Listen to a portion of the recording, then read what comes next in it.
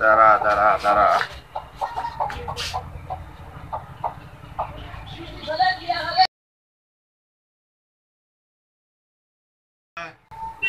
মনে হচ্ছে মুরগির শরীরের মধ্যে আগুন, এতটা তাপ বলার মতো না।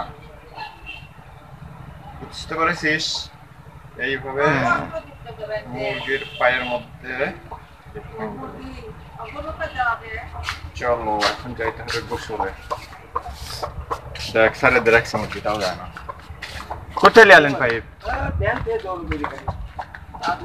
এখন যাওয়া লাগবে পুকুরে।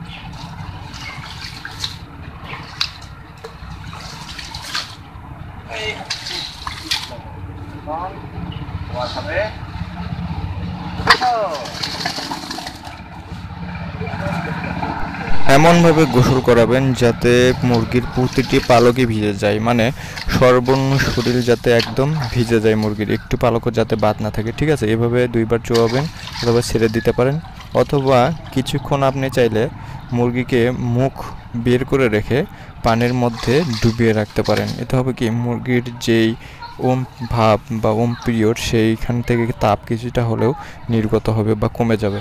এক্ষেত্রে মুরগি আস্তে আস্তে সেই তাপ হারিয়ে যাওয়ার ফলে ওম যে ভাব সেটা কিন্তু আস্তে আস্তে সেই ক্ষমতা চলে যাবে এবং মুরগি কিন্তু পুনরায় আবার ডিম দিতে শুরু করবে। তো এইভাবে আপনারা পারলে মুরগিকে পুকুরে অথবা নদীতে যে কোনো জায়গায় নিয়ে গিয়ে গোসল করিয়ে আনতে পারেন।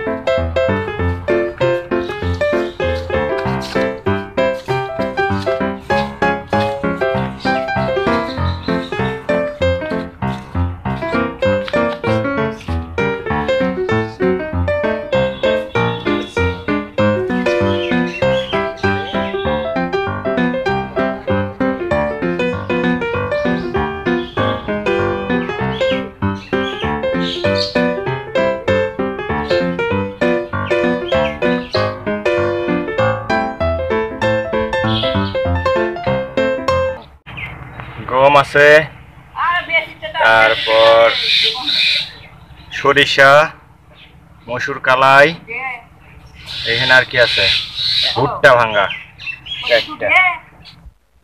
তো দর্শক, এইভাবে গোসল করানোর পরে আপনারা এরকম দানাদার খাদ্য দিবেন এবং এক পায়ে দড়ি বেঁধে রাখবেন মুরগিকে যাতে কোথাও যেতে না পারে, কেননা খোলা দিয়ে রাখলে খাবার খাওয়া শেষে দেখা যাবে যে আবার সেই বসার জন্য ঘরে চলে আসছে।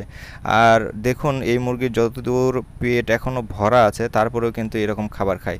আসলে দেশি মুরগিকে খাবার দিয়ে পেট ভরানো অসম্ভব, আপনি যত দেবেন এরা ততই খাইতে থাকবে। সুতরাং আপনি যখনই দেশি মুরগিকে কোনো খাবার দেবেন একটা লিমিট বা একটা পরিমাণ মতো খাবার এদের সামনে দেবেন, যাতে ওই পরিমাণ খাবার খেলে শরীর এবং স্বাস্থ্য সব কিছুই ঠিকঠাক থাকে।